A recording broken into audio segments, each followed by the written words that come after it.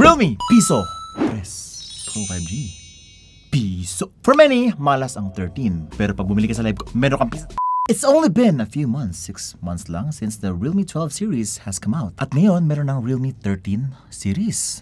13 Pro, 13 Pro Plus 5G. Ito yung mas murang version. But still retains the very premium, very luxurious design of the Realme 13 Pro Plus 5G. Haba naman mga pangalan. Now, just like its predecessor, the 12 series, nagpo-focus siya sa design and camera, and some flagship features. Ito po ay naka-Sony LYT600 OIS camera. Top of the line, my friends. 5,200 mAh battery. Oh my God, pang matagalan. Yung kanya display, sobrang bright. Up to 2,000 nits of peak brightness. Nakabulag.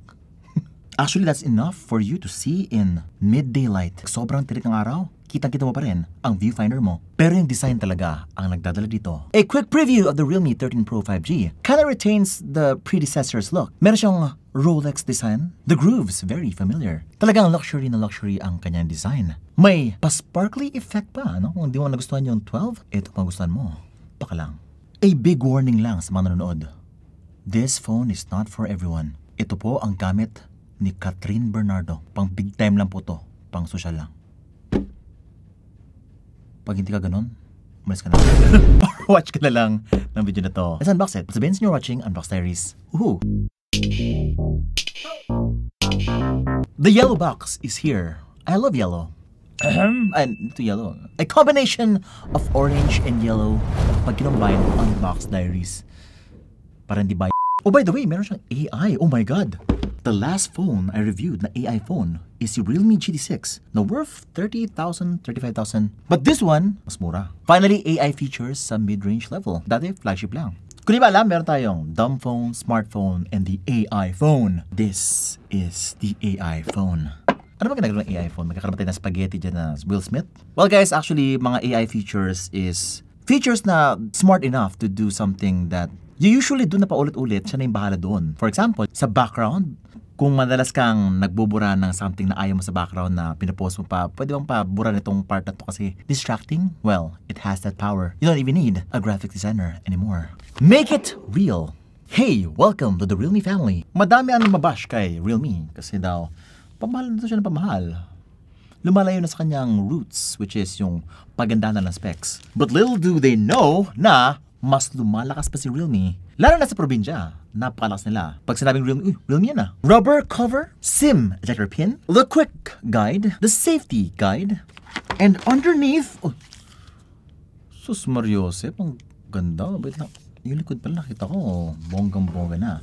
By the way, masya tatlong color ah. Later, sabihin ko sa inyo. USB Type-C cable at 45 watts of fast charging para sa napakalaki mong battery. Here it is. Oh my God, Monet. I love you. Ito na po siya, si Monet Purple. Meron tayong Monet Gold, no? At meron pa tayong Emerald Green.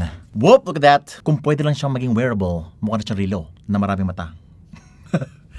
But looking at the form of this phone, sobrang layo na narating ni Realme in terms of design. Before, parang nagpo-focus sila sa mga maleta. Now, they have this Rolex style na usong-uso ngayon, no? Sila paring Hybe. Si Sugoi PH, kilala niyo ba yun? Si Manny Pacquiao, marami siyang ganito. Rolex design. Well, Rolex talaga.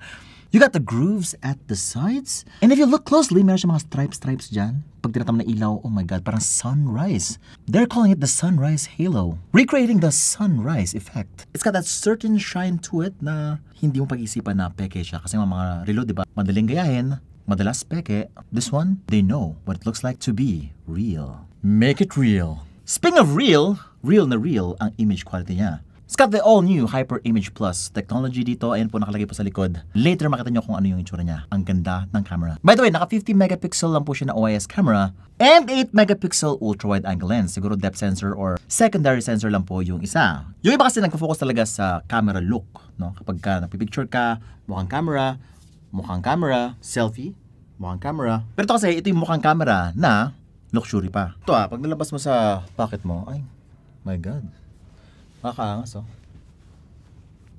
Hey, what's up? Oh my God, that looks so gorgeous. Not only does it look like $1 million, you will feel like $1 million if you hold this. Yan mo din.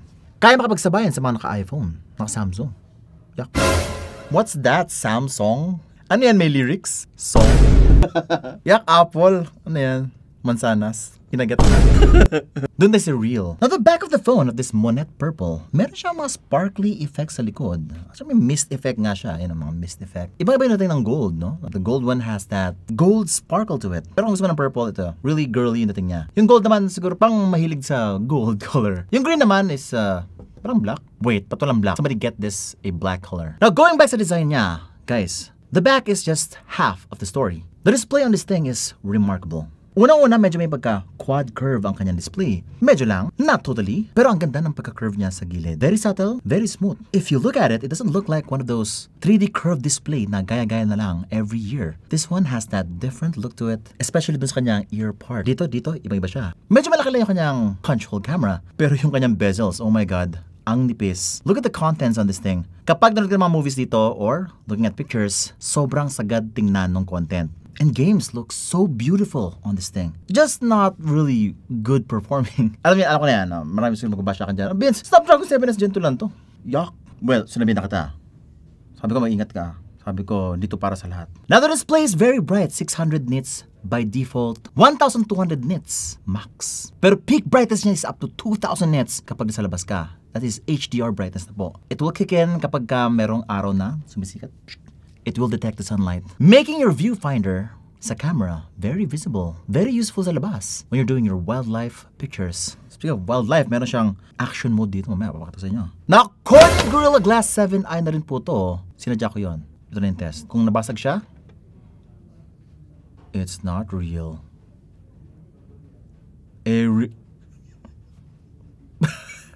What again? This is not the real Green Lantern or the real Ryan Reynolds. Si Deadpool na po yun. Ayan, real na real po siya. Di siya nabasag.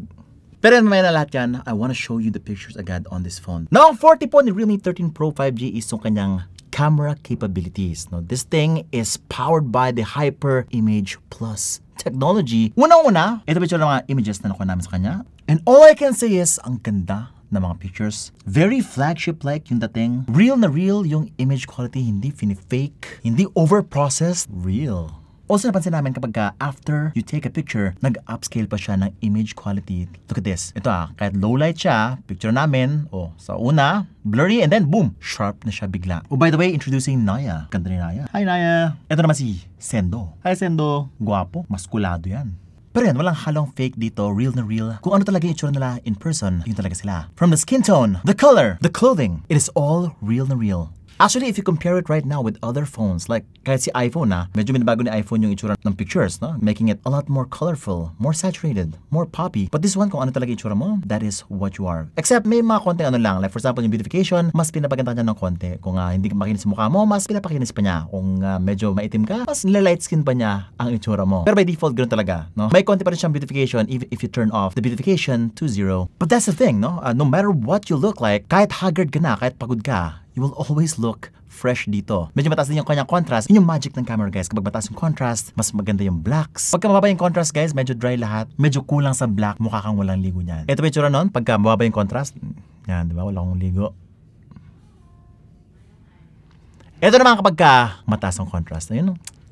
Kala mo naligo lang ako. Pero 7 hours na akong walang ligo. Now the blurring is not perfect. There are some parts here na kapag nag-picture ka na sa subject, may mga parts na magbablur. Kukunin niya na hindi dapat andun. Hindi perfect yung kanyang cutting of the edges. There are gonna be some parts na hindi accurate yung cutout dun sa background blur. Pinaka-strength siguro ng phone na to is yung kanyang portrait camera. Well, it doesn't have a telephoto lens pero it's able to do this 5x zoom. No, this is not optical. This is digital zoom. Pero ang sharp pa rin niya tingnan.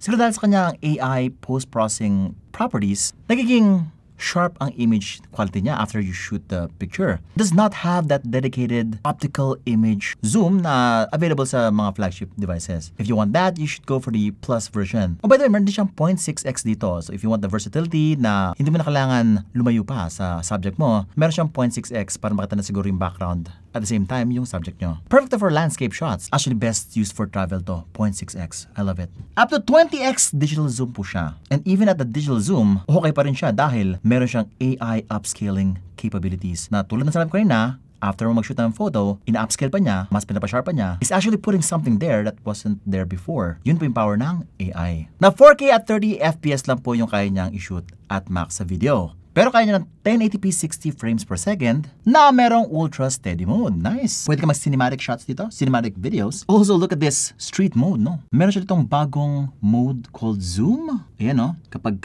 meron kang subject, na-detect niya yung kanyang mukha, merong square na lalabas na box, click mo lang yan at mag-auto zoom na lang siya ng ganyan for a quick portrait shot. Nice. Siguro ito yung part na kanilang bagong AI kasi nga automatic na siya nag-zoom. Hindi mo na kailangan siyang i-manual zoom. Parang nakita na niya yung mukha mo, siya na bahala na mag-crop in. Oh. Now that is the power of AI. Another new feature is the action mode. Ito yung pag gumagalaw yung subject, sharp pa rin yung picture mo. Paano nangyari yun? Let's say tumatakbo ako or tumatakbo yung pusa mo or aso mo or may bird na lumipad. Tapos na-picture mo siya, sharp pa rin yung itsura. Paano nangyari yun? Well, it's got that action mode. Kapag tinurn on mo to, it will actually take so many pictures. Parang nag-burst mode siya in that single instance and it just grabbed what it thinks is the sharpest image. Kaya lang kapag nag-action mode ka, wala na pong zooming in, wala na pong 0.6, it's just one mode. Also, you got the viewfinder here na pwede mong baguhin yung kanyang exposure. Siguro to get a little bit more accuracy in your pictures. Kasi sometimes guys, dahil sa AI, siya mismo binabrighten up niya yung picture na hindi mo kinokontrol. Meron din siyang pro mode dito, no? Marami ka rin pwedeng gawin sa pro mode. Meron siyang raw file sa pro mode. That's good. May macro mode din siya, maybe using the ultra wide angle lens. May starry mode, yun. Starry mode. I like shooting stars at night. Meron siyang movie mode dito. So movie mode guys is parang pro mode na video. Can change the ISO, shutter speed at will. Pro settings. And you can even do the 0.6x here. May 0.6x po siya na setting sa pro video or movie mode. Pero syempre, ang pinaka-favorite ng mga chicks dyan is yung selfie camera. Ako dapat siya naman selfie camera. Pero asawa ko, grabe. Kung ako meron akong dalawang selfie camera sa buong lifespan ng cellphone ko, siya merong 2,000. Ito to yun. Bukas pala niya ng selfie camera. After 5 minutes, 100 pictures na. Selfie camera, 32MP, Sony, sensor din siya. Meron siyang 0.8x sa selfie camera, so you can even shoot up to half body. Yan, may half body ako na picture, half body. Tapos sa 1x naman, hanggang dito lang. Ito naman pang groupies to. Yung isa naman is for vanity. Joke lang. I know a lot of people out there love their selfies. And this one really takes selfie taking to the next level kasi meron pa siyang mga EV controls. Meron ka pang ultra wide angle setting dito. At yung beautification, very nice. And the filters are also here. Ang dami mong pwedeng filters. At meron kayong night mode sa selfie camera. Just in case na madilim sa inyong bahay. Pero Beans, where is the AI part of this phone? Di ba meron siyang AI sa kanyang box? Yes, this is an AI smartphone. Now, just like the Realme GT6, meron pa siyang mga AI features na built within the phone na makita mo sa camera app. Like for example, itong AI eraser. So yan, buburahin niya po yan kapag minarkan mo. Meron siyang AI eraser. Tignan nyo ito guys Magse-select ako. Ito kung narito photo bomber. Si Christian. Yan, select ko siya. Ayan. Tapos, ayun na. Okay, naselect na siya. Naselect yung katawan niya. Natanos siya. Na-snap. At mag-isa na lang si Sendo. Siya. Tapos meron siya compare dito. Compare. Kapag na-miss mo siya, balik natin. Pag ayaw mo na. So meron din siyang same feature as the Realme GT6. Yung AI eraser remover. Meron din siyang AI ultra clarity. Kapag ka madilim, kaya niyang palinawin pa. Meron siyang magic na ginagawa. Wow! Compare? Ayan, mas nagkaroon siya ng details. Okay, let's pick something na sobrang labo. For example, ito, pixelated na. Tingnan natin kung mas lilinaw pa. Ayan! Before, after. Mas lumiwanag, pero still blurry. Medyo Japanese pa rin. Yung mga maitim na parts sa mukha niya, mas klaro na. Yung kanyang buhok dito, nagkaroon siya ng buhok sa may mata. And extend yung kilay. Boom. Also, meron siya dito yung parang file dock. Pwede mo ilagay dito yung mga files mo para siyang file management system within the smartphone space na pwede mong hugutin anytime, anywhere within the smartphone or within the software. For example, meron ka binubong email sa Gmail, tapos kailangan mo yung file agad. Siyempre, ayaw mo yung parang attach, hahanap mo pa sa file. Ganun. What if nakastore na siya agad dito sa side, file dock, drag and drop, nakatouch agad. Meron siyang recent files, screenshot, ang daming shortcuts dito. Ito yung kanyang sidebar. Very nice. By the way, Android 14 na po to. Meron din siyang AI boosting. Ito yun. Yung nakita sa Realme C61, meron siyang AI boosting. Meron po siyang smooth boost, which can optimize your phone kapag marami na masyado mga apps, mga files na cache sa inyong data, kaya niyang burahin yon just like that. Wala nang mano-mano guys, siya na yung bahala doon. And meron pa siyang game boost dito, no? Can change the minimum CPU frequency up to 2.4 GHz and as low as 960 MHz. Maybe to save the battery. Meron siyang minimum DDR frequency dito. Nice. Ang dami mong pwedeng option dito. You can even create your own emoji. Ayan. Boom! Can create your own avatar. Different skin tones. Pwede. Si Sendo. Yeah! Sendo! Oh! Sendo! Naka Realme UI 5.0 na po to. Kaya pala dami mga advanced features dito. And guys, if you don't know yet, if you're gonna buy a Realme phone, it will always have software updates all the time. They even have a community wherein doon nila ina-update lahat ng mga tao na bumili ng mga Realme devices. Sasabihin nila yung model ng phone and of course, syempre yung latest update para ma-inform kayo agad. Important na meron kayo laging software updates kasi nga in the long term, baka bumagal yung phone nyo. May mga viruses or baka may mga issues and they will always fix those issues. And of course, syempre may mga bagong features din na kasama sa mga bago nilang skin. For example, baka may lumabas na Realme UI 6.0. Eligible din siya. Ito, meron akong bagong software update ready to go. Nice. Another thing that I love about the software is, guys, kapag nag-about device ka, kompleto dito yung specs niya, yung software update, kung ilang storage pa yung available mo, it's so easy to understand. I think the Realme UI is one of the cleanest, most robust skins available on Android. And I think it's all based on ColorOS. If you don't know yet, ColorOS is one of the best OS available right now. At kung di nyo alam, SimUI yung nasa pinakailalim ngayon ng mga tier list ng mga tech reviewers in terms of software skin. Now, in terms of performance, ito na, marami magalit sa akin. If umabot kayo dito at magko-comment lang kayo na ang mahal niyan tapos ganyan lang, sinabi ko na sa inyo, huwag nyo na panoorin to kung performance ang habol nyo. Pero if you're watching this because you're entertained, if you find value in watching my videos, then please do so. Pero sinasabi ko na sa inyo, this phone is not for performance. Hindi po siya good for heavy gaming. Pero in terms of social media, picture taking, YouTube, pretty much any light app, light operation, kayang-kaya niya, walang problema. Pero kapag ka light games lang din, like Mobile Legends, walang problema guys. This is just so fast na for Mobile Legends. Kaya lang, super refresh rate lang, high graphics. Ano ba naman? Ibig sabihin, hindi pa best friends si Realme at si Munton. Wala na daw lagay. Oo nga, hindi naglalagay si Munton. Lagi na lang may review sa Mobile Legends, wala lang wala na, HOK na lang lalagay ko sa videos ko. Wild Rift na lang tayo.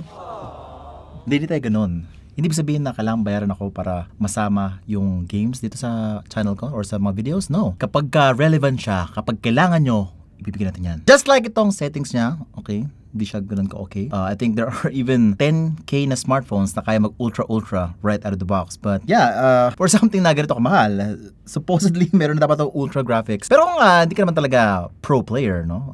You'll pretty much enjoy the gameplay here sa Mobile Legends. Frame drops very minimal. Also, the gameplay experience is sobrang sagad, sobrang ganda. And this one is already an AMOLED display. 2000 nits pa nga yung kanyang brightness. Very bright, very vibrant, bagay na bagay sa Mobile Legends. Call of Duty naman, ito po yung itsura niya. Ito lang po yung kanyang settings. Naku. Max frame rates. High graphics. Well, feeling ko Snapdragon 7s Gen 2 can only do this. By the way, before I move forward pa, yung kanyang Antutu benchmark is only 666,000.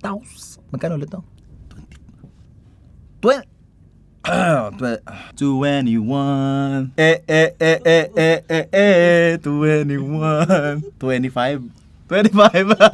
Pero seriously, no? Ito pa yung itsura niya sa Call of Duty. Now, if you see na pro player ka talaga, if you're gonna use this for mostly gaming, then you might be disappointed kasi nga hindi siya ganun ka superior in terms of gaming performance. No, there are gonna be other brands, other models out there that are gonna excel talaga, even at a fraction of the cost. No, kahit 15K lang yung cellphone dyan. Yes, meron akong alam dyan ng mga 15K lang na cellphone na kaya max frame rates, very high graphics sa Call of Duty, tapos ultra pa sa Mobile Legends, no problem. And even max settings na sa Genshin Impact for even a fraction of the cost of the Realme 13 Pro. Guys, ito yung Genshin Impact. Genshin Impact is not gonna be super fast. It's gonna be saktuan lang, no? At the highest settings, ito po, suwabe naman siya pero umiinit siya ng mabilis. Ayun. Not always 60 frames per second to. Saktuan lang po yung kanyang gameplay sa Genshin Impact. Yun nga lang, if you're gonna play this for long periods of time, it's gonna be uncomfortable because of the high heat na ina-output ng device. At kung hindi nyo pa alam, ang problema din sa isang unit lang lahat po, ito na po yung CPU nyo, ito na po yung monitor nyo, ito na rin yung controller nyo. So pag uminit siya,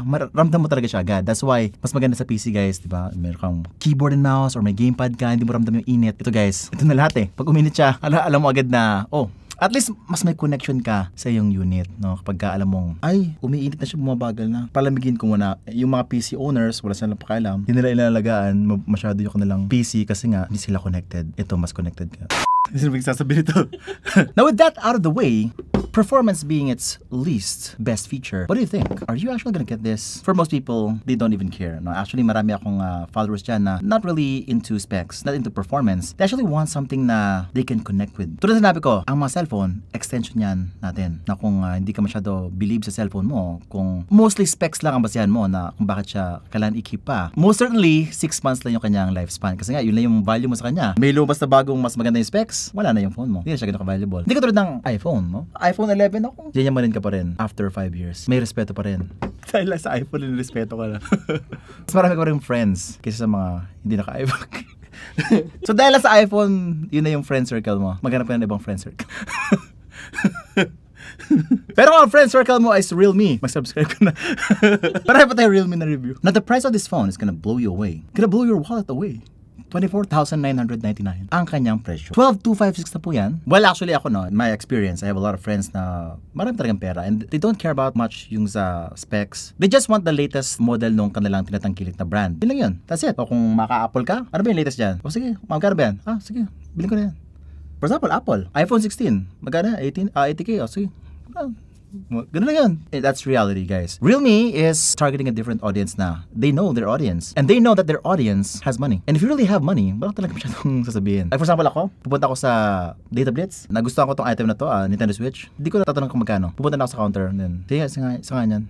Ano yung mga games na pwede dito? Kasi kunin mo yan, 5 yung ganyan. Ganyan yung yung ibang tao. That's the reality. Iba po yung circle na tinatarget na po ni Realme ngayon. And I think that's where this comes in. Because there is no reason kung paano ito bibilihin kung based lang po sa specs. Everything about this phone, kung specs na naman yan, could be very overpriced for most people, especially in the Philippines. But if you really believe in the brand or have a connection, a deep connection with Realme or kanyang ambassador, si Catherine Bernardo, then why not? Take it. Click that checkout button. Speaking of checkout, kung gusto naman bumili, we do have lives for Realme. Follow nyo lang kami sa IKOK. But I'm not gonna say the price here. Kung interested ka lang, yun, may sale kami. Mas mababa dito. Sometimes 4,000-5,000 less.